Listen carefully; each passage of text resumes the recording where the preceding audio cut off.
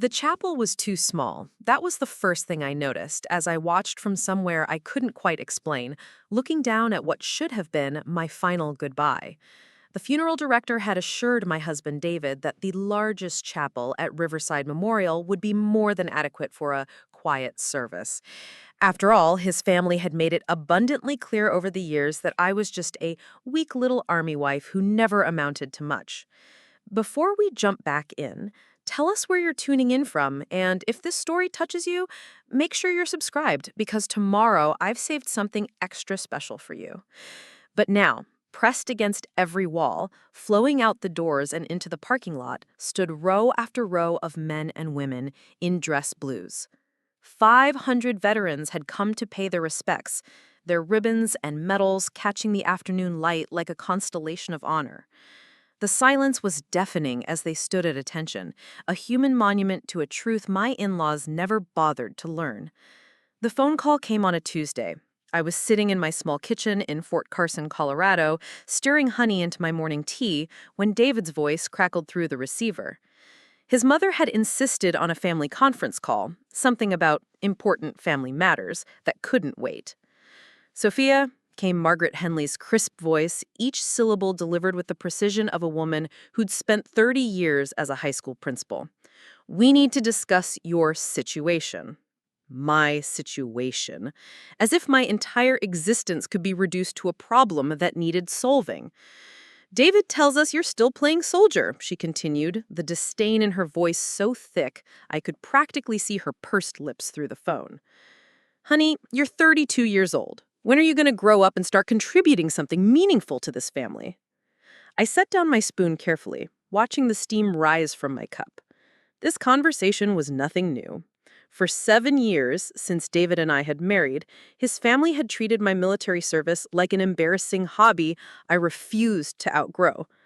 Mom, David's voice cut in weakly, Sophia's deployment schedule has been pretty demanding. Oh, David, his father Richard interrupted with that booming laugh that always made me feel like I was shrinking.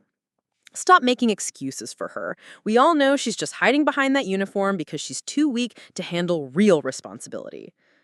Real responsibility. I almost laughed. If only they knew what real responsibility looked like at 3 in the morning when you're coordinating a rescue mission in hostile territory. Margaret's right, son, Richard continued. Your wife needs to stop playing dress-up and focus on giving us some grandchildren. That's what women her age should be doing, not gallivanting around the world pretending to be important. The word important dripped with such contempt that I felt something cold and final settle in my chest. It wasn't anger. It was something much more dangerous. It was clarity. I understand your concerns, I said quietly, my voice steady despite the storm brewing inside me. I'll certainly take them under consideration. After we hung up, I sat in that kitchen for a long time, staring at my reflection in the window. The woman looking back at me wore the tired eyes of someone who'd spent years trying to earn respect from people who'd already decided she was worthless. That evening, David came home with flowers and apologies, the way he always did after his family's attacks. He meant well, my husband, but he was a software engineer who lived in a world of clean code and predictable outcomes. He couldn't understand the complexities of the world I moved through, just as his family couldn't. They don't mean anything by it, Soph, he said, using that patronizing tone that had started to grate on my nerves more with each passing year. They just worry about us having a normal life. Normal. There was that word again.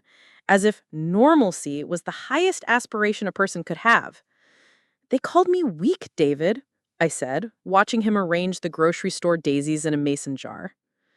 He paused, finally looking at me directly. Well, you have to admit, the whole military thing is pretty unusual for a woman. Maybe it's time to consider... Consider what? The question came out sharper than I intended. I don't know, maybe something more traditional. You're brilliant, Sophia. You could do anything. Marketing, consulting, maybe start that nonprofit you always talked about. I stared at him. This man I'd married, this person who slept next to me every night but had never really seen me.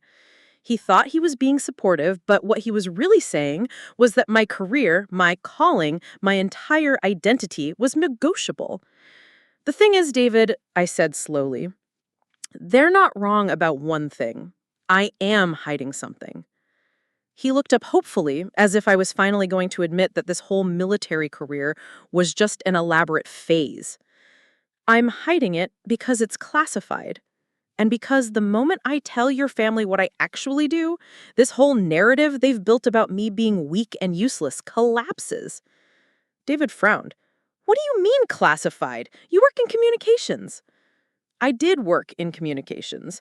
Specifically, I was a lieutenant colonel in the Army's 75th Ranger Regiment, one of only 12 women to ever serve in that capacity. My official title was Senior Intelligence Communications Coordinator, but what that really meant was that I was the person who made sure that our special operations teams could talk to each other when they were doing things that officially never happened. David, I said carefully, when I deployed last year, where did I tell you I went? Germany? Some NATO training exercise? I nodded. That was the cover story, the sanitized version of reality that protected both operational security and the families of operators who couldn't know the truth. The real story was that I'd spent 8 months in a classified location in Syria, establishing secure communication networks for a joint special operations task force. I was the person who made sure that when Navy SEALs, Army Rangers, and Marine Force Recon needed to coordinate in real time, their radios didn't go dead at the worst possible moment. The real story was that I personally designed the communication protocols that enabled the successful rescue of 43 hostages from an ISIS stronghold. The real story was that I had a chest full of commendations I couldn't display and stories I couldn't tell, and a security clearance that made me one of the most trusted people in the United States military. The real story was that playing soldier had saved more lives than David's family could count. But I couldn't tell him any of that. Not because I didn't trust my husband, but because some secrets are bigger than marriage, bigger than family dinners and hurt feelings. The NATO thing, I said instead, it was important work. He patted my hand in that dismissive way that had become his signature move. I'm sure it felt important to you, honey. That night, lying in bed with my husband, I made a decision. I was done trying to fit into their definition of worth. I was done shrinking myself to make them comfortable. If they wanted to see me weak, that was their choice. But I wasn't going to spend the rest of my life apologizing for being exactly who I was meant to be. 3 months later, the call came that would change everything. I was in my office at Fort Carson, a sterile room filled with secure computers and communication equipment that most people wouldn't recognize. My aide, Staff Sergeant Jennifer Martinez, knocked on my doorframe. "Ma'am," she said, using that careful tone that meant sensitive information was coming, "Colonel Thompson needs to see you in the skiff immediately." Preparing and narrating this story took us a lot of time, so if you are enjoying it, subscribe to our channel. It means a lot to us. Now back to the story. The SIFE, Sensitive Compartmented Information Facility, was where we discussed things that could never leave the room. I followed Martinez down the hallway, through 2 sets of secured doors, and into a room that existed in official records only as Conference Room B. Colonel James Thompson was waiting for me, along with 2 people I didn't recognize but whose bearing screamed federal intelligence. One was a woman in her 50s with sharp eyes and an expensive suit. The other was a man who looked like he bench-pressed government secrets for fun. "Sophia," Colonel Thompson said, gesturing to the chairs around the conference table, "these are Agent Sarah Chen from the CIA and Agent Marcus Webb from the Defense Intelligence Agency. They have a proposition for you." I sat down, my mind already running through possibilities. Joint operations between Army Special Operations and intelligence agencies weren't uncommon, but they usually involved much higher-ranking officers than me. Agent Chen leaned forward. "Lieutenant Colonel Henley, your communication protocols have been remarkably successful in high-stress environments.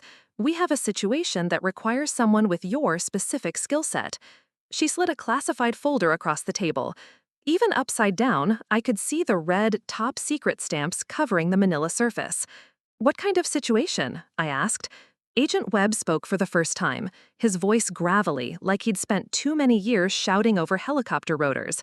The kind where failure means good people die, and success means you can never talk about it. I opened the folder and began reading. What I saw made my blood run cold and my pulse quicken at the same time. It was an intelligence brief about an American journalist who'd been kidnapped while investigating human trafficking networks in Eastern Europe. The journalist was being held in a compound in Romania, and the kidnappers had connections to both organized crime and foreign intelligence services. Julia Morrison, Agent Chen said, watching my face as I processed the information. She's been missing for 6 weeks. The Romanian government officially doesn't know anything about it. Unofficially, they're terrified of the diplomatic fallout if she's killed on their soil. I continued reading. The proposed rescue operation was complex, involving assets from 3 different countries and requiring real-time coordination across multiple time zones and languages. It was exactly the kind of nightmare scenario that my communication protocols had been designed to handle. Why me? I asked, though I was already pretty sure I knew the answer. Because, Agent Webb said, you're the only person in the military who has successfully coordinated this type of multinational operation without losing communication integrity. And because this particular mission requires someone who can think on their feet when everything goes sideways. I looked at the mission timeline. 6 months of preparation, followed by a deployment to a NATO training facility in Italy that would actually serve as our staging area. To the outside world, including my family, it would look like another routine NATO exercise. There's one more thing, Agent Chen added. This operation has been designated Special Access Level. That means even within your chain of command, only a handful of people will know what you're really doing. Special Access Level. That was the level of classification reserved for operations that could change the geopolitical landscape if they went wrong. It was also the level that meant my family would never, ever know what I'd actually accomplished. I thought about David's disappointed face when I told him I'd be deploying again. I thought about Margaret's sharp voice asking when I was going to stop playing soldier. I thought about Richard's booming laugh and his certainty that I was too weak for real responsibility. When do we start? I asked. The preparation phase was unlike anything I'd ever experienced. For 3 months, I worked 18-hour days designing communication networks that could function in hostile territory with minimal infrastructure. I studied Romanian geography until I could navigate the Carpathian Mountains in my sleep. I learned enough Romanian and Russian to understand tactical communications in both languages.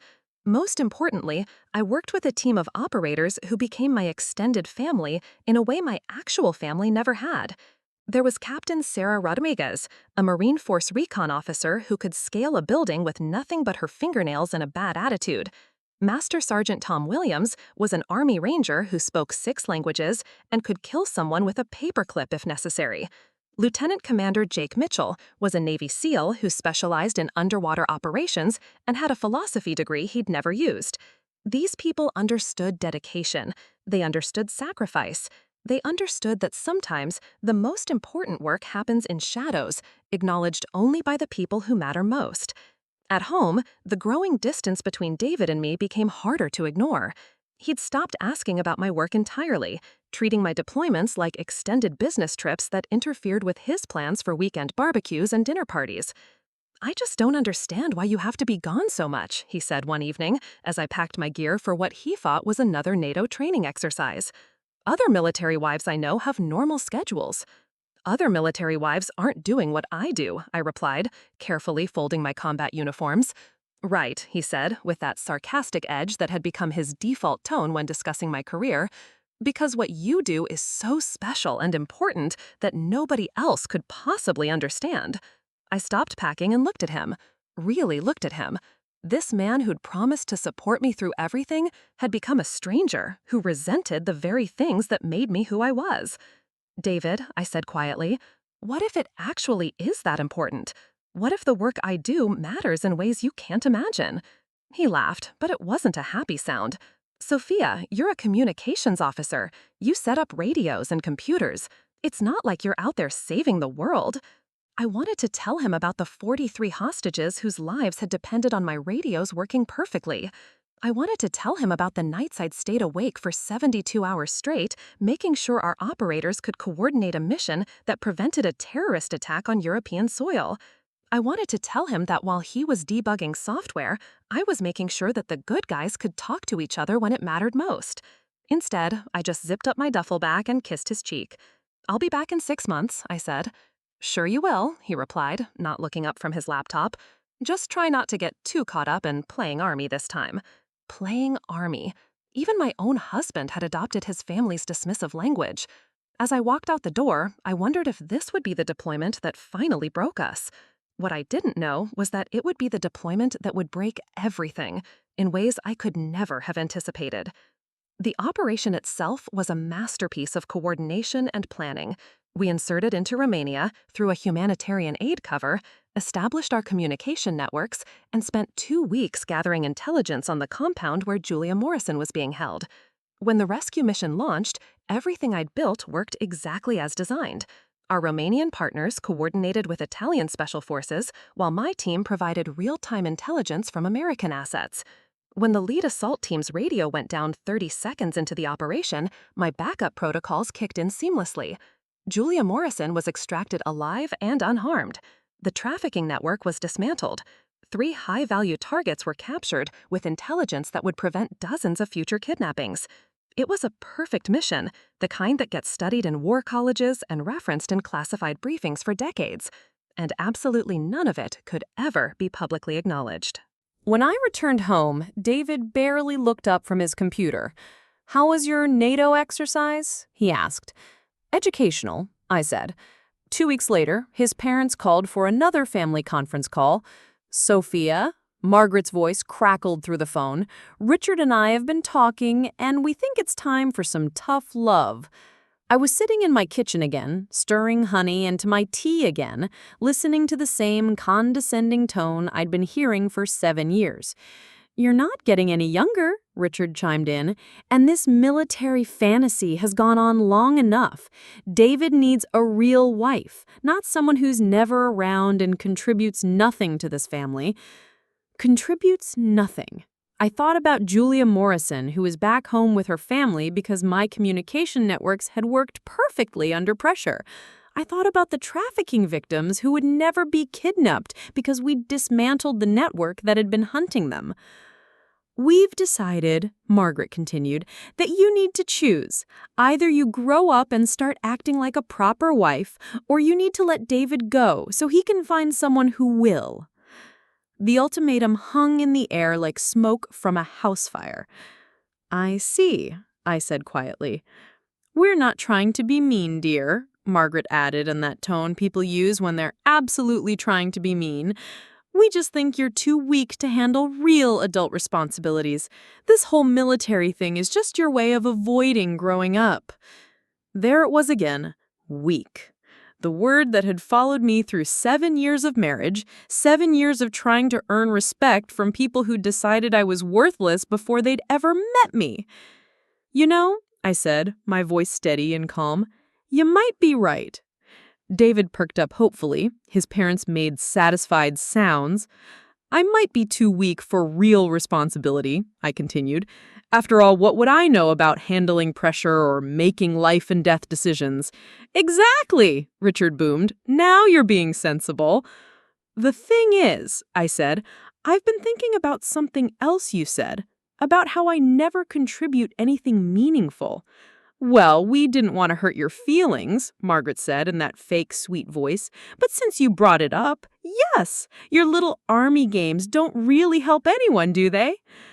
I set down my teacup and smiled, though they couldn't see it through the phone. "You're absolutely right," I said. "My little army games don't help anyone. I should probably focus on something more important." "That's wonderful, dear," Margaret said. "David will be so pleased." "I'm sure he will," I agreed. "I should probably start by telling you what I actually do for a living." There was a pause on the other end of the line. "What do you mean?" David asked. "I mean," I said, "that for 7 years, you've all assumed I was just playing soldier because I was too weak to do anything important. But what if you were wrong about that?" "Sophia," David's voice carried a warning tone, "don't be dramatic." "I'm not being dramatic," I said. "I'm being honest. For the first time in 7 years, I'm going to tell you the truth about what I actually do when I deploy. Sophia, Margaret started. No, you wanted to talk about contributions and responsibilities and what makes a person valuable.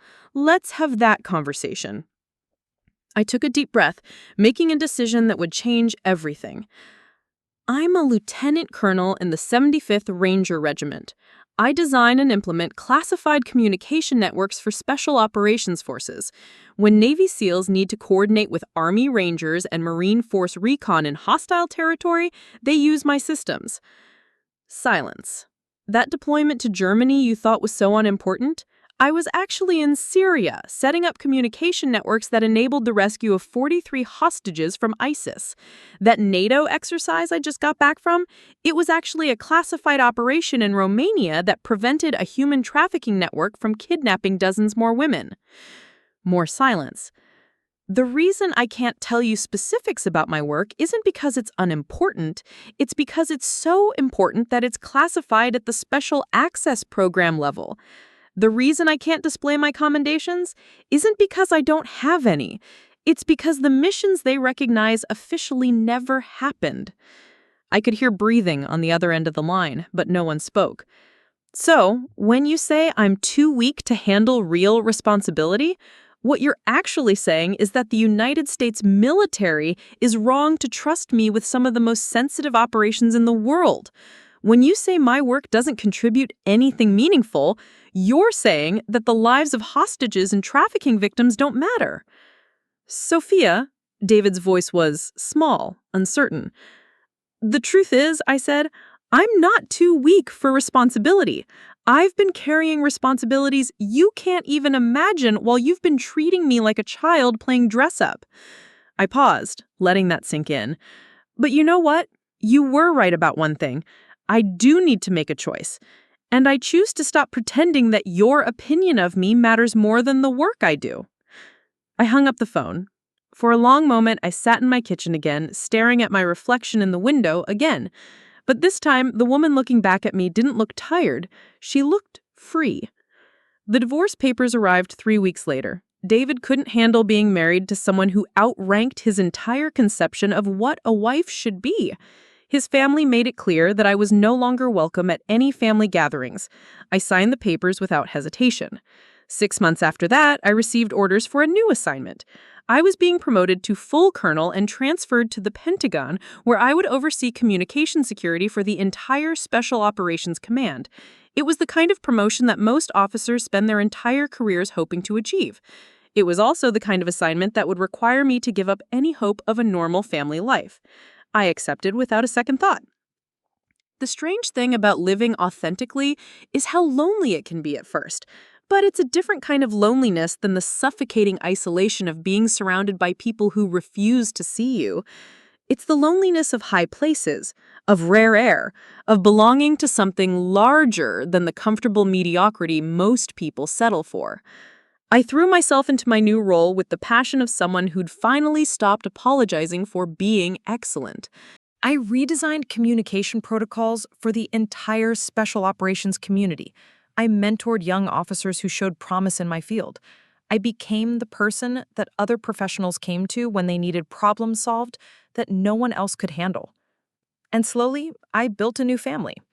Not a family bound by blood or marriage, but a family forged by mutual respect and shared purpose. Colonel Sarah Martinez, who'd been promoted to run counterterrorism operations. Master Sergeant Williams, who'd become one of the most decorated operators in Ranger history.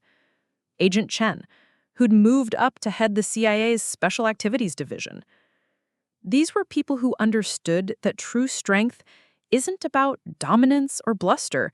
It's about competence under pressure, integrity when no one is watching, and the quiet confidence that comes from knowing your worth isn't dependent on other people's approval.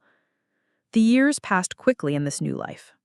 I traveled the world, solved problems that officially didn't exist, and earned the respect of the most elite military and intelligence professionals on the planet. I never remarried, not because I was bitter or broken, but because I'd learned that it's better to be alone with your integrity than surrounded by people who demand you diminish yourself for their comfort. David sent me a Christmas card once, 3 years after our divorce.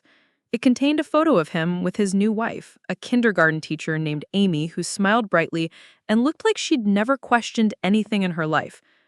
The card included a note, "Hope you're happy with your choices." I was. I wrote him back a simple message. "Congratulations, I hope she gives you the normal life you always wanted." What I didn't tell him was that my abnormal life had just been featured in a classified briefing to the Joint Chiefs of Staff, or that the communication protocols I'd developed had become the gold standard for special operations worldwide, or that I'd been selected to head a new joint task force that would revolutionize how elite military units coordinate across international boundaries. I didn't tell him because he wouldn't have understood, and because I'd finally learned that some people are incapable of seeing beyond their own limited vision of what life should look like. But the universe has a way of ensuring that truth eventually surfaces, even when we're not there to see it happen. The call came on a Thursday morning in March. I was in my office at the Pentagon, reviewing operational reports from 3 different time zones, when my aide knocked on my door. "Ma'am," he said, his voice carrying that careful tone I'd learned to recognize over the years. "There's been an incident." I looked up from my computer, instantly alert. In our line of work, incidents could mean anything from compromised operations to international diplomatic crises. "What kind of incident, Sergeant?" "Ma'am, it's personal. There was a car accident yesterday evening in Colorado Springs. A drunk driver ran a red light." The words seemed to come from very far away. Colorado Springs. That's where David and Amy had moved after their wedding. "I see," I said, my training taking over, keeping my voice steady even as my world tilted. "Casualties." "Yes, ma'am. I'm very sorry to inform you that David Henley was killed instantly. His wife is in critical condition at Memorial Hospital." I stared at him for a long moment, processing information the way I'd been trained to do in crisis situations. David was dead. My ex-husband, the man who'd shared my bed for 7 years and never really known me, was gone. "Thank you for informing me, Sergeant," I said. "Please clear my schedule for the rest of the week." "Yes, ma'am." "Ma'am." "Yes?" "His family has been trying to reach you. Something about funeral arrangements. I have the messages on your desk." I nodded, though I wasn't really sure what I was agreeing to.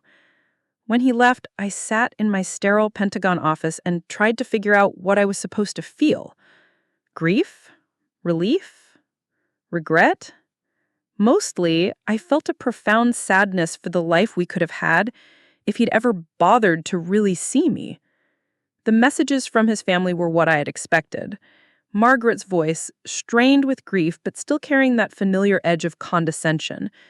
"Sophia, I know you and David had your differences, but he was still your husband once. The least you can do is come to his funeral and pay your respects." Richard's message was shorter and more direct. "We're having the service on Saturday at Riverside Memorial. David would have wanted you there, even if you never cared enough about him to be a proper wife."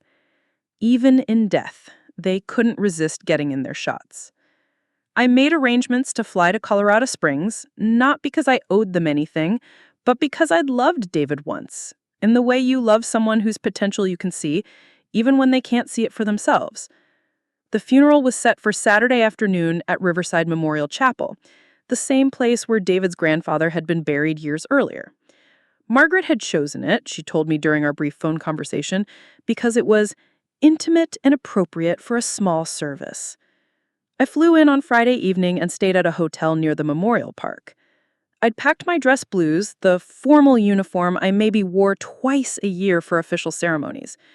It felt appropriate somehow, wearing the uniform that represented everything David never understood about me.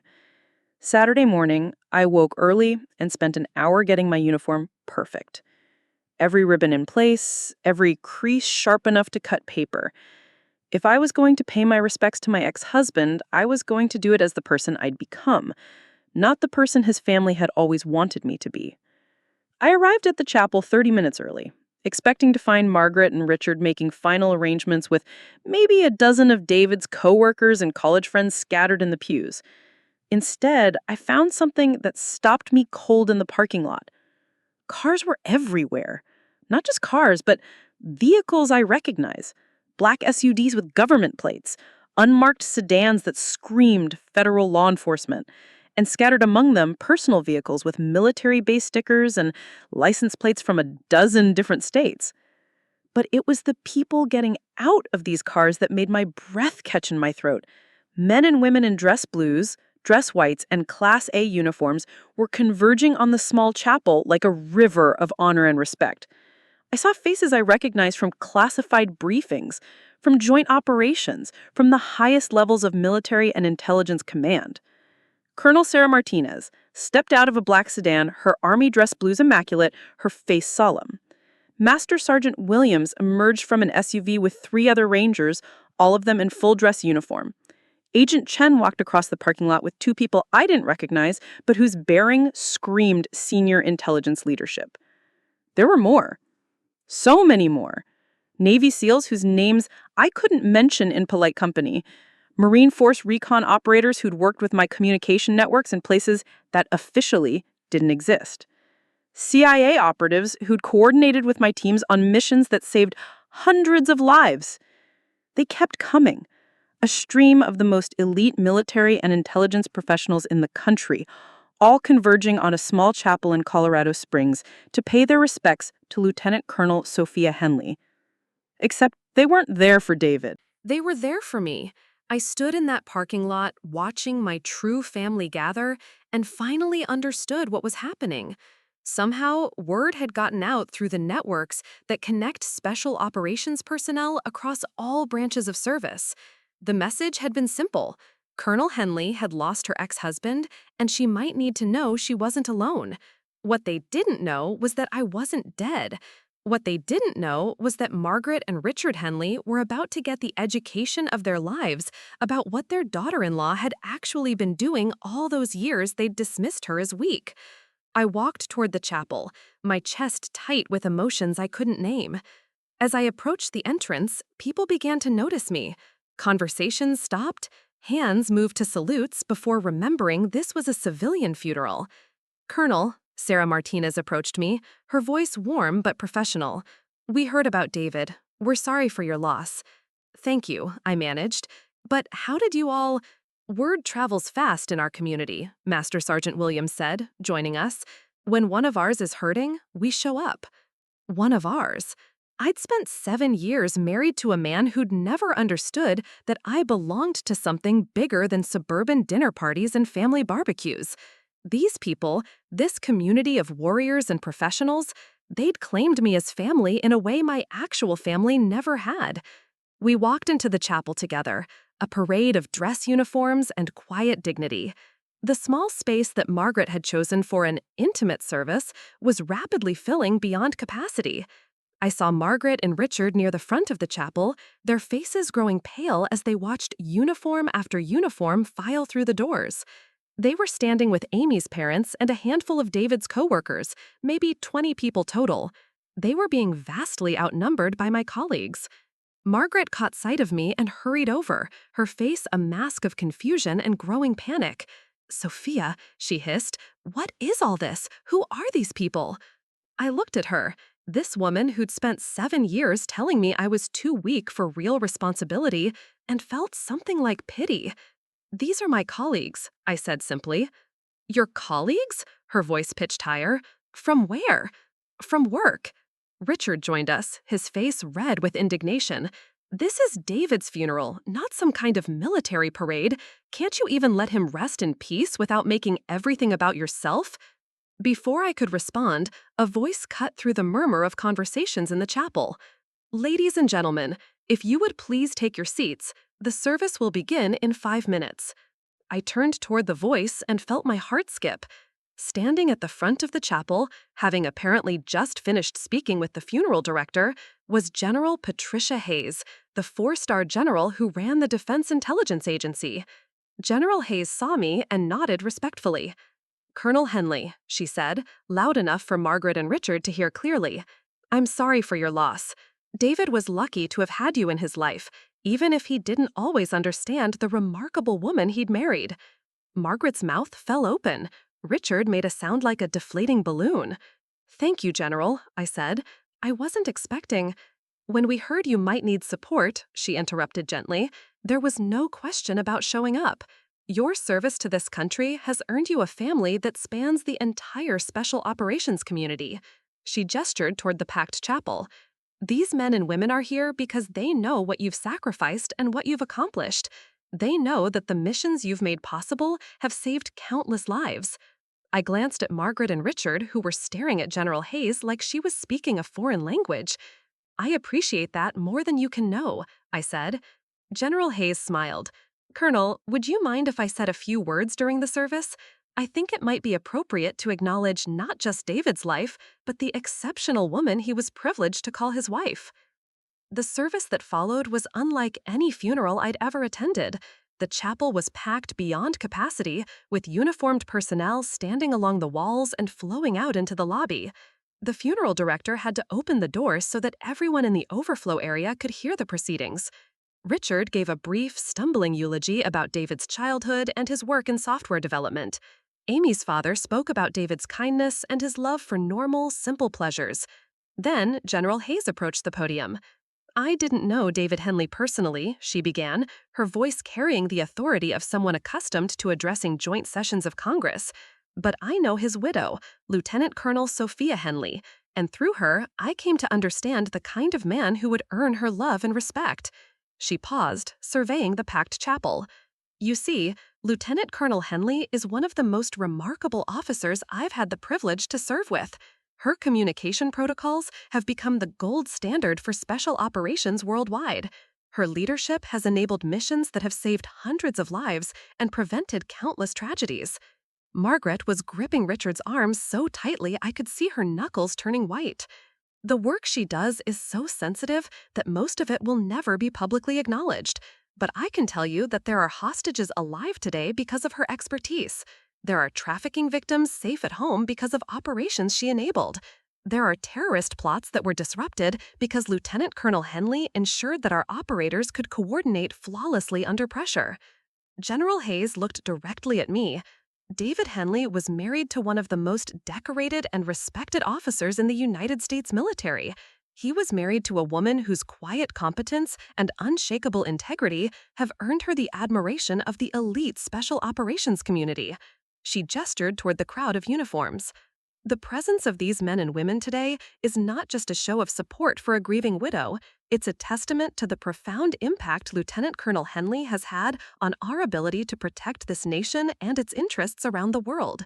The silence in the chapel was absolute.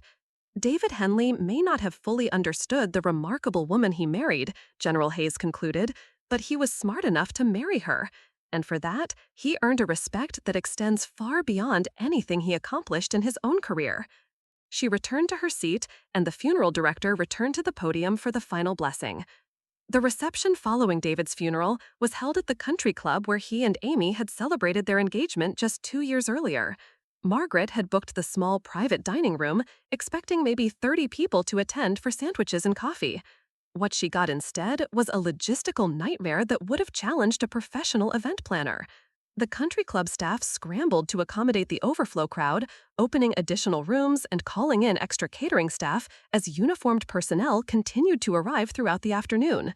I watched from a corner table as Margaret flitted around like a trapped bird, her carefully planned intimate gathering transformed into something resembling a military convention. The conversations happening around me were surreal. At one table, a group of Navy SEALs was quietly discussing a mission in Somalia that had relied on my communication protocols. At another, CIA operatives were sharing stories about joint operations I'd coordinated but could never publicly acknowledge. The entire room hummed with the low, respectful tones of professionals who understood the gravity of loss and the importance of supporting their own. Richard stood near the buffet table, his face a mask of bewilderment as he found himself surrounded by more military brass than he'd encountered in his entire civilian life. A Marine colonel was asking him about his own service record, apparently assuming that anyone related to me must have had a distinguished military career. Richard's stammering explanation that he'd been a high school football coach his entire adult life was met with polite confusion. I don't understand, I heard Margaret saying to her sister Eleanor, who'd driven down from Denver for the service. Where did all these people come from? And why are they treating Sophia like she's some kind of celebrity? Eleanor, a woman I'd always found more perceptive than the rest of David's family, was watching the room with sharp eyes. Maybe, she said quietly, because she actually is important. Maybe everything we thought we knew about David's ex-wife was wrong. Margaret's face flushed with indignation. Don't be ridiculous. She was always just playing soldier, hiding from real responsibility. David told you what she let him believe, Eleanor interrupted. But look around this room, Margaret. These aren't people who show up for someone who's been playing dress-up for 15 years. I was nursing a cup of coffee and trying to process the overwhelming display of support when Agent Chen approached my table. She was accompanied by a man I didn't recognize, though his bearing and the deference shown to him by everyone in the room made it clear he was someone significant. Colonel Henley, Agent Chen said, "I'd like you to meet Director William Harrison from the NSA." I stood immediately, recognizing the name if not the face. Director Harrison was a legend in the intelligence community, a career professional who'd risen through the ranks on merit rather than politics. His presence at David's funeral was both an honor and a mystery. "Director," I said, extending my hand, "this is unexpected." He shook my hand with the firm grip of someone who'd spent decades evaluating people by their first impression. "Colonel, I apologize for intruding on your grief. I know this must be an overwhelming day for you." "It's been educational," I said, glancing around the room full of uniforms. He smiled, and I could see why he'd been successful in the political minefield of Washington intelligence circles. "I actually came here for a specific reason, though I hesitate to discuss business at such a time." "What kind of business?" "The kind that might help you channel your grief into something productive," he said. "We have a situation developing that requires someone with your unique combination of technical expertise and operational experience. Someone who can coordinate complex international operations while maintaining absolute discretion." Agent Shen leaned forward. "It's a joint task force position, reporting directly to the National Security Council. You'd be working with assets from every major intelligence agency, coordinating operations that officially don't exist." I felt a familiar stirring of interest, the intellectual challenge of complex problems that could only be solved by thinking 3 steps ahead of everyone else. "What kind of operations?" "The kind that prevent wars rather than win them," Director Harrison said. "Counterterrorism, human trafficking, cyber warfare, international organized crime, the new threats that don't respect national boundaries or traditional military responses." He paused, studying my face. "It would mean leaving your current position at the Pentagon. It would mean an even higher security clearance than you currently hold. And it would mean that your accomplishments would be even more invisible to the outside world." I thought about that for a moment. More invisibility, more secrets, more years of doing work that could never be acknowledged or celebrated by anyone except the small community of professionals who understood its importance. "It would also mean," he continued, "that you'd be in a position to mentor the next generation of officers who will inherit these responsibilities. You'd be building something that will outlast your own career." Before I could respond, a commotion near the entrance drew our attention. Margaret was standing near the door, her voice raised in what appeared to be an argument with someone just outside the room. "I don't care what kind of uniform you're wearing. This is a private family gathering, and we don't need any more of Sophia's military friends disrupting David's memorial." The conversations in the room began to quiet as people turned to see what was happening. I excused myself from Director Harrison and Agent Shen and walked toward the disturbance, dreading whatever scene was about to unfold. What I found was Margaret blocking the doorway while trying to prevent a small group of people from entering. But these weren't more military personnel. These were civilians, and I recognized them immediately. Julia Morrison, the journalist whose rescue from Romanian traffickers had been one of my most challenging operations, was standing patiently while Margaret lectured her about proper funeral etiquette. "Ma'am," Julia was saying to Margaret in the calm voice that had made her famous as a war correspondent, "I understand this is a difficult time. I just wanted to pay my respects to the woman who saved my life." Margaret blinked, confusion replacing indignation. What did you say?" "I said I wanted to pay my respects to Colonel Henley. She's the reason I'm alive today." One of the men behind Julia stepped forward. "We all are," he said quietly. If it weren't for her, we'd all be dead. I reached the group and gently touched Margaret's shoulder. "It's okay," I said. "They're welcome here." Margaret turned to me, her face a portrait of bewilderment. "Sophia, what is this woman talking about? How could you have saved her life?" Julia looked at me with the kind of respect I'd only ever seen from fellow professionals. "Mrs. Henley," Margaret said automatically. "I'm David's mother. I was David's mother." "Mrs. Henley," Julia said gently, "your daughter-in-law coordinated the operation that rescued me from human traffickers in Romania 6 months ago. Without her communication networks and strategic planning, I would have died in captivity." The color drained from Margaret's face. "That's impossible. Sophia was at a NATO training exercise in Italy." "That's what she was supposed to tell you," Julia said. "But the reality is that she spent 2 weeks in a classified facility coordinating one of the most complex international rescue operations in recent history. She saved my life, and she did it so quietly and professionally that most people will never know it happened." Margaret stared at me as if seeing me for the first time. "Is that true?" I nodded. "It's true. One of the former hostages, a man named David Chen who'd been held by ISIS for 8 months, stepped forward. Colonel, I know you can't talk about the details, but I wanted you to know that my family and I will never forget what you did. When those radios worked perfectly during our rescue, when the coordination was flawless, we knew we were in the hands of professionals. We didn't know then that you were the one making it all possible." The second man, Robert Martinez, was nodding. "My wife and daughters are alive today because you made sure our rescue team could communicate without fail. That's not something you forget, and it's not something you can repay." Margaret was looking back and forth between me and the people I'd helped save, her worldview crumbling in real time. "But you always said you just worked in communications. You said it was boring paperwork and computer maintenance." "It is communications," I said. "And it does involve a lot of paperwork and computer maintenance. I just never mentioned that people's lives depend on the communications working perfectly, or that the paperwork is classified at the highest levels of government." Richard had joined us, drawn by the commotion. He listened in stunned silence as Julia and the 2 former hostages described their situations, their rescues, and my role in making those rescues possible. "You're telling me," he said slowly, "that when Sophia was deployed to what we thought were training exercises, she was actually saving people's lives?" "Not just saving lives," Julia corrected, "preventing international incidents. The communication network she built and the operations she coordinated have prevented conflicts that could have destabilized entire regions. She's been doing work that shapes global security, and she's been doing it so quietly that even her own family didn't know." By this time, our conversation had attracted the attention of much of the room. I found myself at the center of a circle that included Margaret and Richard, Julia and the former hostages, Director Harrison and Agent Chen, and a dozen uniformed officers who'd served with me on various operations. Colonel Sarah Martinez joined the group, her expression serious. "Mrs. Henley," she said to Margaret, "I think there's something you need to understand about your daughter-in-law.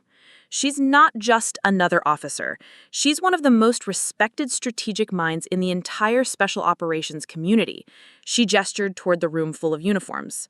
"These people didn't come here today because they felt sorry for her. They came because she's earned a level of professional respect that most officers never achieve. When Sophia Henley designs a communication protocol or coordinates an operation, people pay attention because they know it's going to work." Master Sergeant Williams stepped forward. "Ma'am, I've worked with a lot of officers in my 22-year career. I've seen good ones and bad ones, brave ones and cowards, leaders and followers. Your daughter-in-law is the kind of officer that other professionals study to understand how excellence works." "I don't understand," Margaret said weakly. "If she was so important, why didn't she ever tell us? Why did she let us think she was just ordinary?" Agent Chen answered before I could. "Because, Mrs. Henley, the work she does requires absolute discretion. The lives of operators, intelligence assets, and civilians around the world depend on the security of her operations. She couldn't tell you because the security of the United States depends on people like her keeping secrets." "But more than that," Director Harrison added, "she didn't tell you because she's the kind of person who does the work for its own sake, not for recognition or praise. She's been saving lives and preventing conflicts because it's the right thing to do, not because she wanted credit for it. Margaret was looking at me with eyes that seemed to be seeing me clearly for the first time in 7 years. All those times we called you weak, all those times we said you were avoiding real responsibility, you were evaluating me based on the information you had. I couldn't give you better information without compromising operational security. But we were so cruel to you. We made you feel like you weren't good enough, like you weren't contributing anything important. And all that time, you were doing work that actually mattered. Richard was shaking his head slowly. David never knew, did he? He never understood what he was married to. I thought about that question, about the husband who'd shared my life for 7 years without ever really seeing me. David knew I was in the military. He knew I took my work seriously. He chose to see that as a character flaw rather than a character strength. He was threatened by you, Eleanor said quietly from behind Margaret. I could see at family dinners the way he'd change the subject whenever you tried to talk about your deployments. He was intimidated by having a wife who was more accomplished than he was. That's not fair to David, though even as I said it, I knew Eleanor was right. He was a good man. He just wanted a different kind of life than I could give him. Julia spoke up again. Colonel, if I may ask, why did you let your family believe you were less than you were? Why didn't you fight back when they diminished your accomplishments? I considered the question, thinking about all the years of biting my tongue and swallowing my pride. Because fighting back would have meant revealing classified information, and because I thought it was more important to protect operational security than to protect my ego. And because, Master Sergeant Williams added, she's the kind of officer who doesn't need external validation to know her worth. She knows what she's accomplished, and she knows why it matters. That's enough for people like us. Director Harrison was nodding. It's actually one of the qualities that makes her so valuable in our line of work. She's motivated by mission accomplishment, not personal recognition. That's rare, and it's precious. Margaret was crying now, quiet tears that she didn't seem to notice. She said, I feel sick. All those years, all those horrible things we said to you, and you just took it because you couldn't defend yourself without betraying your duty. Mrs. Henley, Agent Chen said gently, your daughter-in-law is one of the most patriotic people I've ever worked with. She sacrificed personal relationships, professional recognition, and even her marriage to serve her country with distinction. The fact that you didn't know that isn't a reflection on her character. It's a testament to it. Richard was staring at the floor, his face flushed with shame. That last phone call, when we told you to choose between the military and David, when we called you weak and said you were avoiding real responsibility, you must have wanted to tell us exactly what kind of responsibility you were actually carrying. I remembered that phone call, the ultimatum that had forced me to finally stop seeking their approval. I wanted you to respect me for who I was, not for what I could prove to you about my job. But I realized that day that your respect wasn't something I could earn by explaining myself. It was something I had to stop needing. But we were wrong, Margaret said. We were so completely, horribly wrong about everything. You were wrong about my job, I agreed. But you weren't wrong that it came between David and me. You weren't wrong that I chose duty over domesticity.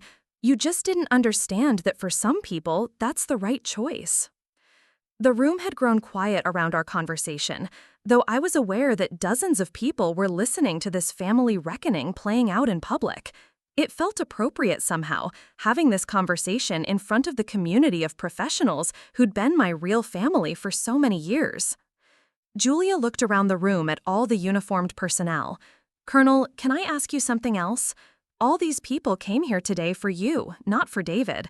They came to support you through grief, but also to honor what you've accomplished. How does that feel? I thought about that question, about the overwhelming display of support from people who understood the weight of the work I'd been doing in silence for so many years. It feels like coming home, I said finally. For 7 years, I was married to a man who saw my career as a hobby I needed to outgrow.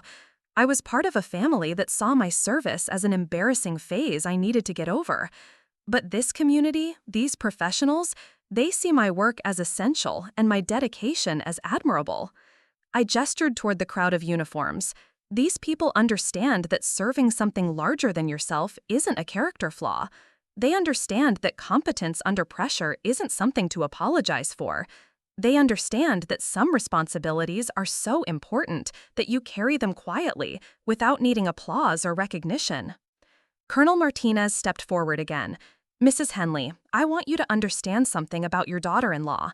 In our community, respect is earned through competence and integrity. Sophia has earned more respect than most people accumulate in a lifetime. She's the kind of person that other professionals aspire to be. And she's the kind of person, Master Sergeant Williams added, who makes everyone around her better at their job. When you know Sophia Henley has designed your communication systems, you go into dangerous situations with confidence because you know they're going to work. Agent Chen was nodding. She's also the kind of person who mentors young officers and helps them develop the skills they need to excel in this field. She's building the next generation of professionals who will inherit these responsibilities. Director Harrison looked at Margaret and Richard. Your daughter-in-law has been living a double life for years, not because she wanted to deceive you, but because the nature of her work required it. She's been carrying the burden of protecting national security while also trying to maintain normal family relationships. That's an extraordinary balancing act that most people couldn't manage. But she did manage it, Eleanor observed. She managed it for 7 years, right up until you forced her to choose between being honest about who she was and continuing to pretend she was less than she actually is. Margaret was staring at me with an expression I'd never seen before. It might have been awe or regret or some combination of both. Sophia, she said quietly, I owe you an apology that I don't know how to give. We treated you like you were disappointing us when the truth was that we weren't worthy of you. That's not true, I said, though the words felt hollow. You wanted David to have a conventional marriage with traditional expectations. There's nothing wrong with that. I just wasn't able to provide it. Richard shook his head. No, that's not what this is about. This isn't about conventional versus unconventional. This is about us being too small-minded to recognize excellence when it was sitting at our dinner table. He looked around the room at all the uniforms and civilian intelligence personnel. All these people, all this respect, all these lives you've saved.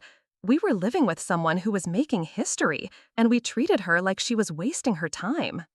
Julia stepped forward. If I may, I'd like to say something about the kind of person Colonel Henley is.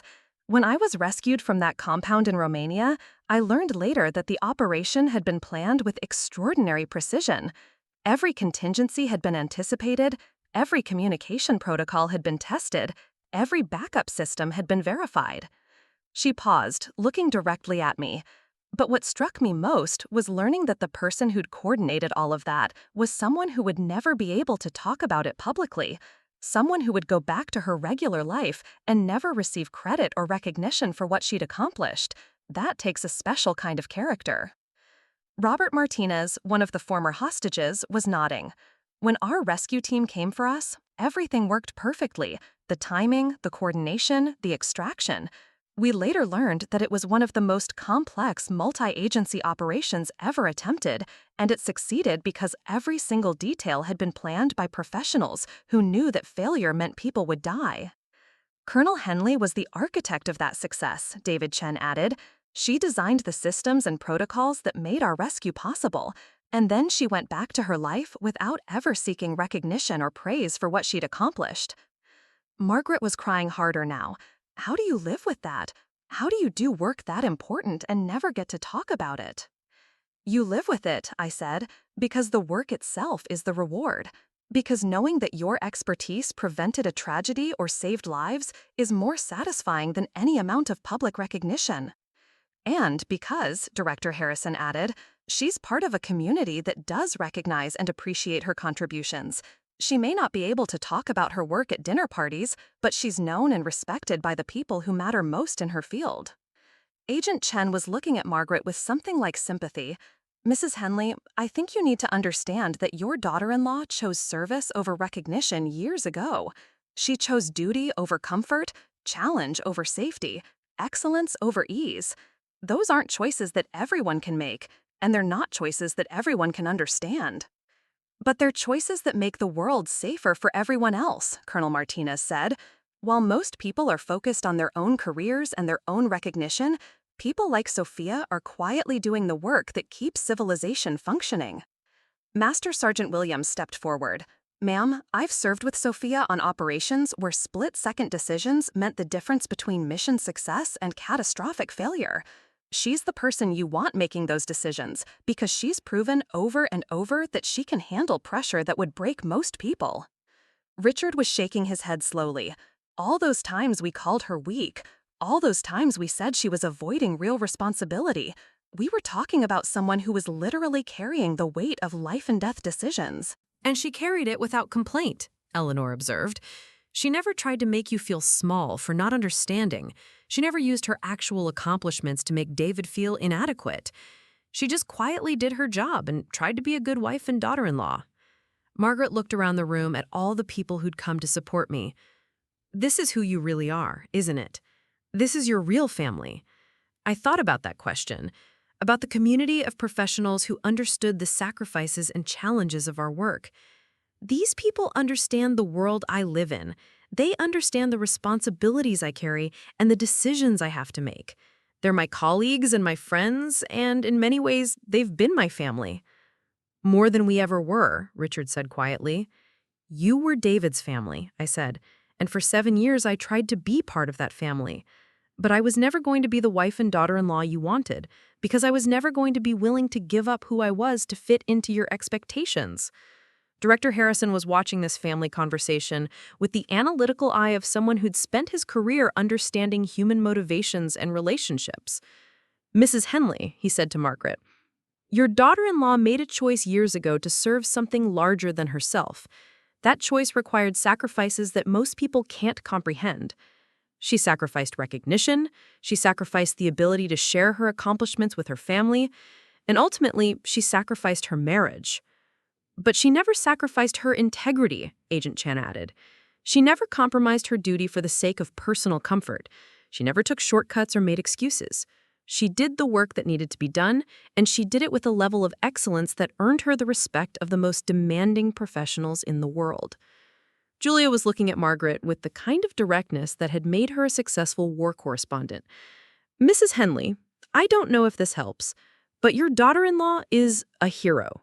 Not in the Hollywood sense, but in the real sense. She's someone who puts the welfare of others ahead of her own comfort, who does difficult work without seeking credit, who makes the world safer through quiet competence and unwavering integrity. And she's someone, Robert Martinez added, who will never be able to fully explain to her family what she's accomplished, because the nature of her work requires secrecy. She's been carrying the burden of being misunderstood by the people who should have known her best. Margaret was staring at me with an expression of profound regret. Sophia, I don't know how to apologize for 7 years of not seeing who you really were. I don't know how to make up for all the times we made you feel like you weren't good enough. You don't need to make up for anything, I said. You evaluated me based on the information you had. You wanted David to have a wife who would prioritize family over career, domestic life over professional challenges. Those are reasonable things to want.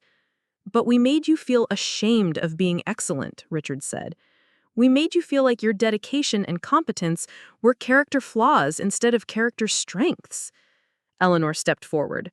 Margaret, Richard, I think you need to understand something. Sophia didn't fail at being the wife you wanted David to have. David failed at being worthy of the wife he actually had. The words hung in the air like an indictment. I started to protest, to defend David's memory, but Eleanor held up her hand. I loved David, but he was threatened by Sophia's competence and intimidated by her dedication. Instead of being proud of being married to an extraordinary woman, he chose to see her excellence as a problem that needed to be fixed. Master Sergeant Williams was nodding. That's not uncommon in our line of work. The demands of military service, especially at the level where Colonel Henley operates, put strain on relationships. It takes a special kind of partner to support someone who carries the kind of responsibility she carries. David wasn't that kind of partner, Agent Chen said bluntly. And frankly, neither were his parents. You all wanted her to be smaller than she was, to diminish herself for the comfort of people who should have been celebrating her achievements. Director Harrison was looking at me with the kind of analytical attention that made me understand why he'd been a successful intelligence community. Colonel, I have to ask, given everything you've sacrificed, given the lack of recognition and understanding from your own family, Do you have any regrets about the path you've chosen? I thought about that question, about the road not taken, about the conventional life I'd never wanted, but that might have been easier. I regret that David and I couldn't find a way to make our marriage work. I regret that I couldn't help his family understand who I was without compromising operational security. I regret that my commitment to duty cost me relationships that I valued. I paused, looking around the room at the community of professionals who'd shown up to support me. But I don't regret choosing service over recognition. I don't regret choosing excellence over ease. I don't regret becoming someone who can be trusted with responsibilities that shape global security. The work I do matters, and the people I work with understand why it matters. Margaret was sobbing now, the kind of crying that comes from deep shame and profound regret. We wasted 7 years. We had someone remarkable in our family, and we spent 7 years trying to make her ordinary. You didn't waste them, I said, though I wasn't sure I believed it. You loved David, and you wanted the best for him. You just had a different definition of what the best looked like. Richard was staring at the floor, his face a mask of regret and embarrassment. Sophia, is there anything we can do? Any way to make amends for how we treated you? I looked at this man who had spent years dismissing my accomplishments and questioning my dedication, now asking for forgiveness he probably didn't deserve. You can remember David as the good man he was. You can support Amy as she recovers from her injuries. You can accept that some people are called to serve something larger than themselves. And that service is worthy of respect rather than criticism. Director Harrison was still watching me with that analytical expression. Colonel, I'd like to return to the offer I mentioned earlier. The position we discussed would put you in charge of a joint task force that coordinates the most sensitive international operations. It would be a chance to build something lasting, to mentor the next generation of professionals who will inherit these responsibilities. I looked around the room at all the people who'd come to support me, at the community that had been my real family for so many years. Then I looked at Margaret and Richard, at the broken remnants of a family that had never really accepted me. I'm interested, I said. Tell me more about what you're proposing. We're creating a new organization that will coordinate counterterrorism, counter-trafficking, and cybersecurity operations across all agencies. It will report directly to the National Security Council, and it will have authority to coordinate resources from the military, CIA, NSA, FBI, and allied intelligence services. Agent Chen leaned forward. It's the kind of position that will shape how the United States responds to 21st century threats. It's also the kind of position that requires someone with your combination of technical expertise, operational experience, and absolute discretion. The person who takes this job will be responsible for operations that prevent conflicts rather than win them. They'll coordinate missions that save lives by stopping bad things before they happen. They'll work with the most elite professionals in the world, and they'll never be able to talk about their most important accomplishments. I thought about that description, about the opportunity to build something that would outlast my own career, to shape how future generations of professionals would approach these challenges. It sounds, I said, like exactly the kind of work I've been preparing for my entire career. Margaret looked up at me through her tears. Does that mean you'll take it? It means I'll seriously consider it. I looked around the room one more time, at the faces of people who understood the weight of the work and the importance of doing it well. These people, I said to Margaret and Richard, this community, this is where I belong. This is where my skills are valued and my dedication is appreciated. This is where I can make the biggest difference. Richard nodded slowly. I think we're finally beginning to understand that. I hope so, I said, because understanding and accepting who I really am is the only way we can have any kind of relationship going forward.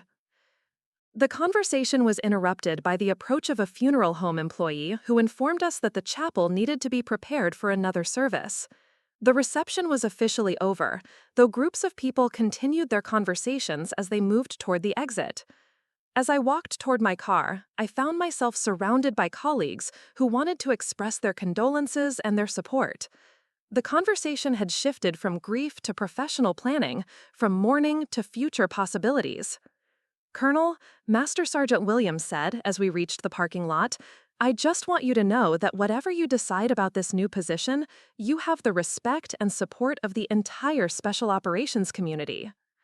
We're a family, Colonel Martinez added, and families take care of each other. What happened in there, with your ex-husband's parents finally understanding who you are, that was a long time coming. Agent Chen was nodding. You've been carrying the burden of being misunderstood for years. It must feel good to finally have your true family and your legal family in the same room, even if it took a tragedy to make it happen. I looked back at the funeral home, where Margaret and Richard were still standing near the entrance, looking lost and overwhelmed by everything they'd learned about me in the space of 2 hours. It feels like closure, I said, like the end of one chapter and the beginning of something new. Director Harrison approached our group, his expression serious but hopeful. Colonel, I don't want to pressure you, but I hope you'll give serious consideration to this opportunity. The work we're proposing is exactly the kind of challenge you've been preparing for your entire career. I thought about David, about the marriage that had ended because we couldn't bridge the gap between his world and mine. I thought about Margaret and Richard, about 7 years of trying to earn respect from people who'd been incapable of seeing my worth. And I thought about the room full of professionals who'd shown up today to support me, who'd understood from the beginning what David's family was only now beginning to grasp. Director, I said, I think it's time for me to stop trying to live in both worlds. It's time to fully commit to the one where I belong. He smiled, and I could see the relief in his expression. Does that mean you're accepting? It means, I said, looking around at the faces of people who'd been my real family for years, that I'm ready to come home. 6 months after David's funeral, I stood in a secure briefing room buried 3 floors beneath the Pentagon, addressing a gathering of the most senior intelligence and military officials in the United States government. The room itself was a testament to the seriousness of what we were discussing. No windows, no cell phone signals, and security measures that made Fort Knox look casual. Ladies and gentlemen, I began, my voice carrying the confidence that comes from years of proving yourself in impossible situations. Operation Silent Shield has exceeded all projected outcomes.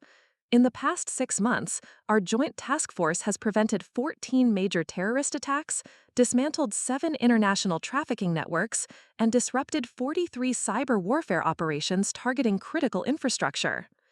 I clicked to the next slide, showing a world map dotted with red markers that represented operations most of the world would never know had happened. More importantly, we've done this while maintaining perfect operational security and 0 diplomatic incidents. Our allied partners have begun requesting permanent liaison positions within our task force structure.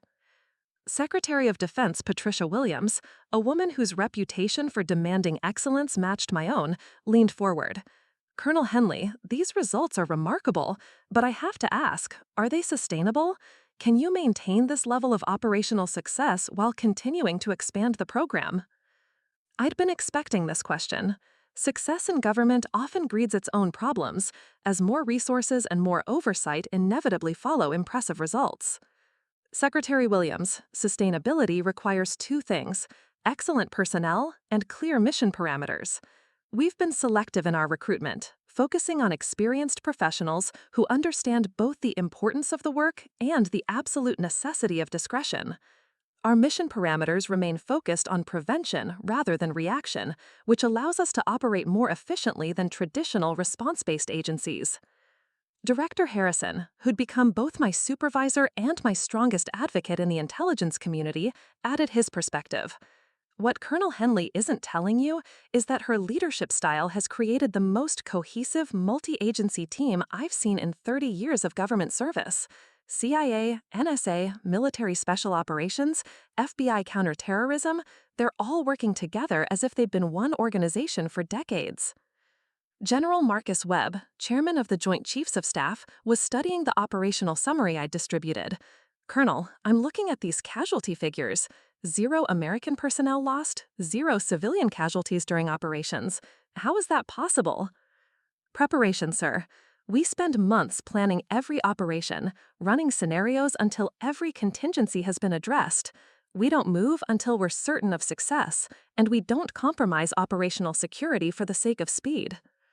And when things go wrong, he pressed, they don't go wrong, sir, because we plan for everything that could go wrong and develop solutions before we encounter problems. Agent Sarah Chen, who'd become my deputy director and closest collaborator, spoke up from her position at the side of the room. General, what Colonel Henley means is that we treat every operation as if failure would cost lives, because it would. That level of preparation and attention to detail has become the standard for every mission we undertake. The briefing continued for another hour, covering everything from budget requirements to personnel needs to the political implications of our growing success. When it ended, I found myself walking through the Pentagon corridors with Director Harrison, debriefing from what had essentially been a performance review for the entire Joint Task Force. They're impressed, he said, as we reached the secure elevator that would take us back to the classified levels where our offices were located. 6 months ago, this was an experimental program with a 1-year trial period. Now they're talking about making it permanent and expanding our authority. Success has a way of generating more success, I replied, but it also generates more attention, and more attention makes our job more difficult. Are you worried about oversight? I considered the question as we descended into the secure levels of the building. I'm worried about maintaining the flexibility that makes us effective. The moment we become a traditional bureaucracy, we lose the ability to move quickly and adapt to changing situations. Director Harrison was nodding. That's why your leadership has been so crucial. You've managed to create structure without strangling innovation, discipline without destroying initiative. We reached my floor, and I paused before getting off the elevator. Director, can I ask you something? Of course. Why me? 6 months ago, you could have chosen anyone to lead this task force. Senior people with more experience, more connections, more political capital. Why did you pick a lieutenant colonel with a failed marriage and a family that didn't understand her? He smiled, and I could see that he'd been expecting this question for months. Sophia, I picked you because you were the only person I knew who could do this job without needing credit for it. This position requires someone who can coordinate the most sensitive operations in the world while remaining completely anonymous. It requires someone whose ego doesn't need feeding and whose motivation comes from mission accomplishment rather than personal advancement. The elevator doors started to close, and he held them open with his hand. More importantly, I picked you because you've already proven you can sacrifice personal relationships for professional excellence. This job would have destroyed someone who needed their family's approval or their spouse's understanding. You'd already paid that price.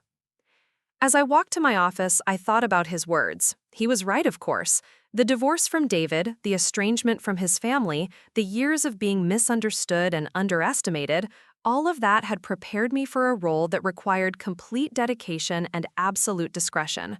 My office was a study in organized efficiency, banks of secure computers, classified files organized with military precision, and communications equipment that could reach any allied intelligence service in the world. But what struck me most as I sat down at my desk was how comfortable I felt in this environment, how natural it seemed to be surrounded by the tools and responsibilities of national security. My assistant, Major Jennifer Rodriguez, knocked on my doorframe. "Ma'am, you have 3 urgent messages. The British want to discuss the Istanbul operation, the Australians are requesting consultation on a trafficking network in Southeast Asia, and there's been a development in the cyber warfare situation we've been monitoring in Eastern Europe. Schedule the British call for tomorrow morning, send our assessment team to Australia next week, and get me everything we have on the Eastern European situation. I want to review it before the afternoon briefing." "Yes, ma'am. Also, you have a personal call holding, someone named Eleanor Henley?" I paused, my hand hovering over the classified folder Major Rodriguez had placed on my desk. Eleanor was David's aunt, the only member of his family who'd seemed to understand the reality of who I was during that terrible day at the funeral. "Put her through to my personal line," I said. A few minutes later, Eleanor's voice came through my secure phone. "Sophia, I hope I'm not interrupting anything important." "It's fine, Eleanor. How are you doing?" "I'm calling about Margaret and Richard," she said without preamble. "They've been struggling since David's funeral, not just with grief, but with guilt about how they treated you all those years." I leaned back in my chair, not entirely sure I wanted to have this conversation. Eleanor, they don't owe me anything. We all did the best we could with the situation we were in. No, Sophia, that's not true. They did terrible things to a remarkable woman because they were too small-minded to recognize excellence, and now they know it, and they don't know how to live with that knowledge. I could hear the pain in her voice, the frustration of someone who'd watched her family make destructive choices for years. What do you want me to do about it? I asked. I want you to give them a chance to apologize properly. I want you to let them try to make amends for 7 years of treating you like you were defective when you were actually extraordinary. I thought about Margaret and Richard, about the look of shock and shame on their faces when they'd finally understood who I really was. Part of me felt they deserved to live with the consequences of their choices. But another part of me, the part that had been trained to think strategically about human relationships, understood that carrying resentment was more burdensome than offering forgiveness. Eleanor, I appreciate what you're trying to do, but I'm not sure what good it would accomplish. We live in different worlds now. I've accepted a position that's going to require even more secrecy, even more isolation from normal family relationships. That's exactly why this matters, she said. You've sacrificed so much for your country, Sophia. You've given up recognition, personal relationships, the ability to share your accomplishments with people who should celebrate them. Don't also give up the possibility of reconciliation with the only family you have left. After we hung up, I sat in my office staring at the classified materials that represented my real life, thinking about Eleanor's words. She was right that I'd sacrificed a lot for my career, and she was probably right that holding on to resentment toward David's parents was just another unnecessary burden. But I was also genuinely unsure what reconciliation would look like. How do you rebuild a relationship with people who'd fundamentally misunderstood you for years? How do you trust people who'd only come to respect you after learning about your professional accomplishments? My contemplation was interrupted by Major Rodriguez returning with the Eastern European intelligence files. The situation was complex, a coordinated cyber attack on NATO infrastructure that appeared to be originating from multiple countries simultaneously. It was exactly the kind of multi-layered threat that our joint task force had been created to address. For the next 4 hours, I immersed myself in the technical details of network intrusions, coordinated with our cyber warfare specialists, and developed response strategies with our allied partners. It was challenging, important work that required everything I'd learned about international cooperation and strategic thinking. As I worked, I realized something that had been nagging at me since my conversation with Eleanor. This work, this life I'd built, was fulfilling in ways that my marriage to David had never been. I was surrounded by people who understood the importance of what we were doing, who respected my expertise, and who shared my commitment to excellence. The question Eleanor was really asking wasn't whether I should forgive Margaret and Richard. It was whether I was willing to risk emotional vulnerability again after years of being misunderstood and dismissed. That evening, I made a decision that surprised even me. I picked up my personal phone and dialed a number I hadn't called in 6 months. Margaret, it's Sophia. I was wondering if you and Richard would like to have dinner this weekend. There are some things I think we should talk about. The silence on the other end of the line lasted so long I thought the call had been dropped. Sophia, Margaret's voice was barely above a whisper. Yes, of course. Richard and I would be honored. Are you sure? I'm sure, I said, though I wasn't entirely certain that was true. But I need you to understand something. I can't tell you details about my work, I can't share specifics about operations, or answer questions about classified activities. If we're going to have a relationship, it has to be based on trust rather than complete transparency. We understand, she said quickly. We just want a chance to know the real you, whatever that looks like. 3 days later, I found myself sitting in a quiet restaurant in Arlington, across from 2 people who looked much older than they had 6 months earlier. Grief had aged Margaret and Richard in ways that made them seem fragile, uncertain of themselves in a way I'd never seen before. Sophia, Margaret began, her hands trembling slightly as she reached for her water glass. We owe you an apology that's bigger than anything we know how to give. We spent 7 years making you feel like you weren't good enough, when the truth was that we weren't good enough for you. Richard was nodding, his face heavy with regret. We made David think there was something wrong with his wife, when what was actually wrong was our ability to recognize excellence when it was sitting at our dinner table. I looked at these two people who'd been a source of pain and frustration for so many years and felt something I hadn't expected. Not anger or resentment, but sadness for the time we'd all wasted on misunderstanding. Margaret, Richard, I need you to understand something. I never wanted you to think I was better than David or superior to your family. I just wanted to be accepted for who I was, not criticized for who I wasn't. But who you were, Margaret said, was someone extraordinary. And instead of celebrating that, we tried to make you ordinary. We tried to force you into a box that was too small for someone of your caliber. You wanted David to have a conventional marriage, I said. That's not wrong. Conventional marriages work for most people. I just wasn't capable of being conventional. Richard leaned forward. Sophia, that day at the funeral, when all those uniformed people came to honor you, when we heard about the lives you'd saved and the operations you'd coordinated, we realized that we'd been living with someone who was making history, and we'd treated her like she was wasting her time. I wasn't making history, I said. I was doing my job. Your job, Margaret said, involved saving lives and preventing catastrophes.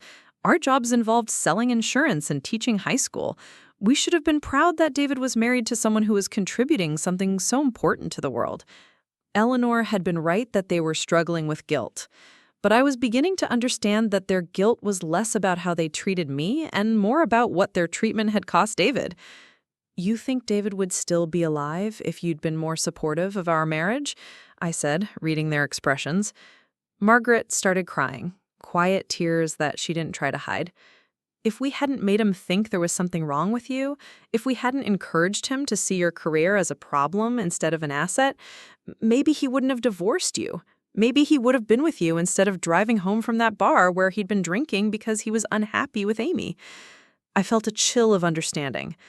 David had been drinking the night of the accident, something I'd learned from the police report but hadn't thought much about. But Margaret was suggesting that his drinking, his unhappiness, his entire second marriage had been symptoms of a larger problem, the loss of a wife he'd been taught to undervalue. Margaret, you can't blame yourself for David's choices. He decided to divorce me because he wanted a different kind of life. He chose to marry Amy because she offered him something I couldn't. Those were his decisions. But we influenced those decisions, Richard said. We made him think being married to you was settling for less instead of recognizing that he'd won the lottery. Richard was right, and wrong, in ways that were too complicated to explain. David had been influenced by his family's opinion of me, but he'd also been genuinely uncomfortable with being married to someone whose professional life he couldn't understand or control. I think, I said carefully, that David and I had fundamental incompatibilities that would have ended our marriage regardless of your opinions. He wanted a wife who would prioritize domestic life over professional achievement. I wanted a husband who would celebrate professional achievement, even when it came at the cost of domestic life. But maybe if we'd celebrated your achievements, Margaret said, he would have learned to see them differently. Maybe if we'd shown him how to be proud of being married to someone extraordinary, he would have been proud instead of threatened. I considered that possibility, the alternative history where David's family had supported our marriage instead of undermining it. Would that have been enough to bridge the gap between his world and mine? Would David have been capable of being proud of a wife who outranked him in every measure except income? Maybe, I said, but maybe not. David was a good man who wanted a particular kind of life. The fact that I wasn't able to provide that life doesn't make either of us wrong. It just makes us incompatible. Eleanor joined us for dessert, and I could see the relief in her face as she watched her brother and sister-in-law trying to rebuild a relationship with me. But I could also see the worry, the concern that this reconciliation might be too fragile to survive the realities of my work. Sophia, I have to ask, this new position you've taken, does it mean you're going to be even more isolated from family life? I thought about the question, about the level of responsibility and secrecy that came with leading a joint task force that operated at the highest levels of classified activity. It means, I said, that I'm finally in a position where my skills and experience are being used to their fullest potential. It means I'm working with people who understand the importance of what we're doing and respect the sacrifices it requires. But it also means more secrets, Richard observed. More things you can't share. More parts of your life that have to remain invisible. Yes, I admitted. It means that if we're going to have a relationship, you'll have to trust that what I'm doing is important, even when I can't tell you what it is. You'll have to respect that my work requires discretion, even when that discretion feels like secrecy. Margaret was nodding slowly. We can do that. We've learned that not understanding your work doesn't mean it's not valuable. We've learned that just because something doesn't look like our definition of success doesn't mean it's not successful. Over the following months, we began building a different kind of relationship. Margaret and Richard learned to ask about my general well-being without pressing for details about specific operations. They learned to express pride in my accomplishments, even when those accomplishments had to remain abstract and unspecific.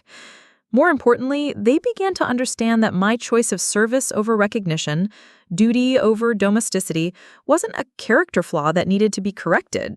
It was a character strength that had enabled me to contribute to national security in ways that most people never could. The change in our relationship became most apparent during a family gathering for Margaret's 70th birthday. Instead of treating me like David's disappointing ex-wife, they introduced me to their friends as our daughter-in-law, the one who works for the government in an important position. It wasn't complete transparency. They still didn't really understand what I did for a living, but it was acceptance and respect and acknowledgement that my work had value even when they couldn't comprehend its specifics. During that birthday party, I received a call on my secure phone. There was a developing situation in Southeast Asia that required immediate coordination between our task force and allied intelligence services. I stepped outside to take the call, spending 20 minutes coordinating resources across multiple time zones and agencies. When I returned to the party, Margaret approached me with a look of concern. "Is everything all right?" That seemed like an important call. "It was handled," I said, which was the most specific answer I could give. "Good," she said, and I could see that she meant it. "I'm glad you're there to handle those kinds of things." It was a small moment, but it represented a fundamental shift in how she saw my work. Instead of viewing my professional responsibilities as intrusions on family time, she was beginning to understand them as evidence of trust and competence. As the evening wound down, Richard pulled me aside for a conversation I'd been expecting for months. "Sophia, I need to ask you something, and I hope you won't take it the wrong way." "Go ahead." "Do you think David knew? At the end, do you think he understood what he had given up when he divorced you?" I thought about that question, about my ex-husband's final years and whether he'd come to regret the choices that had ended our marriage. I think David was happy with Amy. I think he got the kind of life he wanted. Simple, predictable, comfortable. I'm not sure he ever understood what our marriage could have been, but I'm not sure that matters anymore. "It matters to me," Richard said, "because I keep thinking that if we'd been better in-laws, if we'd supported your marriage instead of undermining it, David might still be alive." "Richard, David's death was a random tragedy caused by a drunk driver. You can't connect that to decisions made years earlier about marriage and career priorities." But as I said it, I understood why Richard was struggling with guilt. The human mind seeks patterns and causation, even in random events, especially when those events involve profound loss. "Maybe," he said. But I still wish we could have told David that he was lucky to be married to someone like you, instead of making him think he was settling for something less than he deserved. A year after that conversation, I received notification that our joint task force was being elevated to permanent status and expanded to include partners from 5 additional allied nations. It was unprecedented recognition for a program that had proven its worth through quiet competence rather than public attention. The promotion ceremony was held in a secure facility, attended only by senior officials who had the clearance to know what we'd actually accomplished. There was no media coverage, no public announcement, no acknowledgement outside the classified world where such recognition mattered. But Margaret and Richard were there. I'd been authorized to invite 2 family members to witness the ceremony, with the understanding that they would sign confidentiality agreements and never discuss what they'd seen or heard. When Director Harrison had explained the opportunity, my first instinct had been to decline. What was the point of having witnesses who couldn't talk about what they'd witnessed? But then I remembered Margaret's words at her birthday party. "I'm glad you're there to handle those kinds of things." I realized that she and Richard had earned the right to see, even if they could never speak about what they'd seen. The ceremony itself was brief and formal. I was promoted to full colonel and given command of the newly designated International Threat Assessment and Response Coordination Center. The citation, read by General Webb himself, referenced extraordinary leadership in coordinating multinational operations that have prevented significant threats to United States and allied interests. After the ceremony, Margaret approached me with tears in her eyes. "I still don't understand exactly what you do," she said, "but I understand that people who know about these things consider you exceptional at it." "That's enough," I said. "Understanding that it's important and that I'm good at it, that's all I ever wanted from you." Richard was standing nearby, watching the other attendees with the kind of awe that comes from recognizing competence even when you don't understand its specifics. "Sophia," he said, "I have one more apology to make, not for how we treated you, but for what we cost David. We made him think he was better than his wife, when the truth was that he'd never be worthy of his wife. We robbed him of the chance to be proud of being married to someone remarkable." I looked at this man who'd spent years dismissing my accomplishments, not trying to make amends for damage that could never be repaired. "Richard, David made his own choices about our marriage. You influenced those choices, but he was responsible for them. What matters now is that we understand each other better than we did before." As we left the ceremony, I realized that something important had been completed. Not forgiveness, I'd never really been angry enough to require forgiveness, but understanding. Margaret and Richard finally understood who I was, and I finally understood that their earlier dismissal had come from ignorance rather than malice.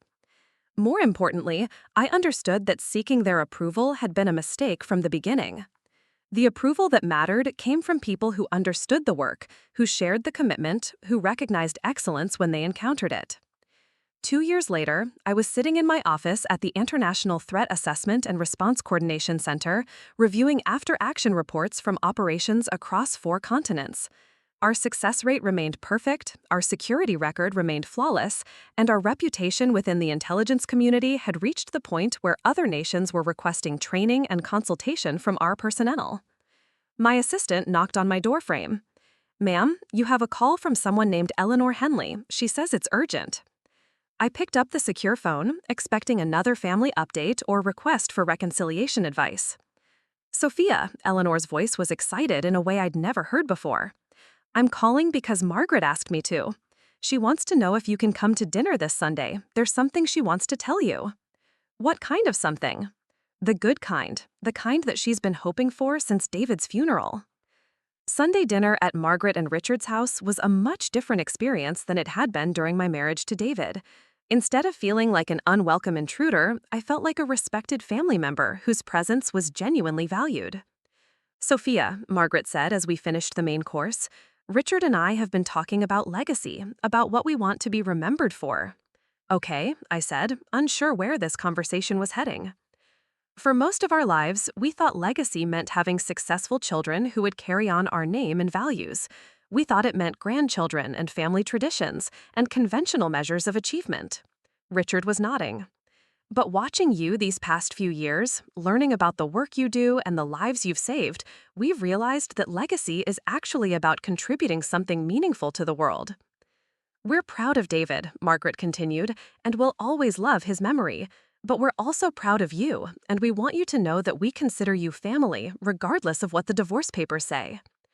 I felt something unexpected, not quite emotion, but a sense of completion I hadn't realized I'd been seeking. "More than that," Richard added, "we want other people to know that we're connected to someone who's making a difference in the world. We want to be able to say that our daughter-in-law is serving her country with distinction, even if we can't provide details." Eleanor was smiling from across the table. "What they're trying to say, Sophia, is that they've learned the difference between being proud of someone for meeting their expectations and being proud of someone for exceeding all expectations." After dinner, as I was preparing to leave, Margaret handed me a small wrapped package. "What's this?" I asked. "Open it." Inside was a silver frame containing a photograph I'd never seen before. It showed me in my dress blues from the promotion ceremony, standing between Margaret and Richard, all three of us smiling.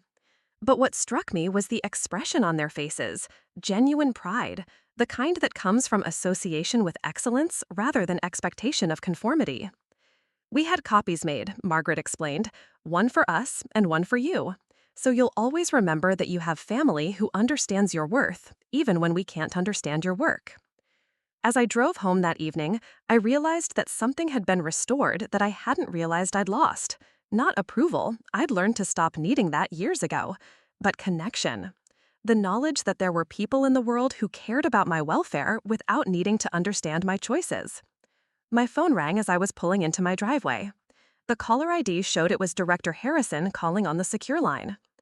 Sophia, sorry to interrupt your Sunday evening, but we have a developing situation in Eastern Europe that's going to require immediate coordination with our NATO partners. How quickly can you get to the operations center? I looked at the photograph Margaret had given me, at the evidence of a family relationship rebuilt on a foundation of mutual respect rather than shared understanding. Give me 20 minutes, I said. As I changed into my uniform and gathered the classified materials I'd need for the operation, I thought about the strange journey that had brought me to this point. The marriage that had failed because my husband couldn't accept who I was.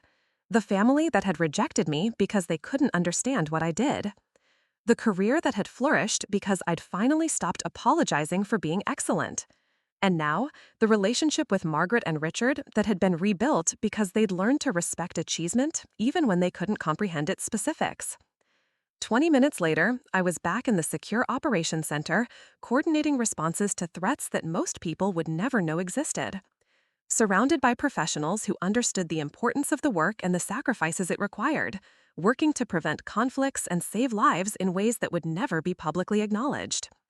It was exactly where I belonged, doing exactly what I'd been trained to do, supported by exactly the kind of family I'd spent years trying to find. The work was classified, the recognition was limited, and the personal costs were substantial. But the mission was essential, the results were measurable, and the respect was genuine. For someone who'd spent years being told she was too weak for real responsibility, it was the strongest possible vindication of a life lived in service to something larger than herself. Up next, you've got 2 more standout stories right on your screen. If this one hit the mark, you won't want to pass these up. Just click and check them out.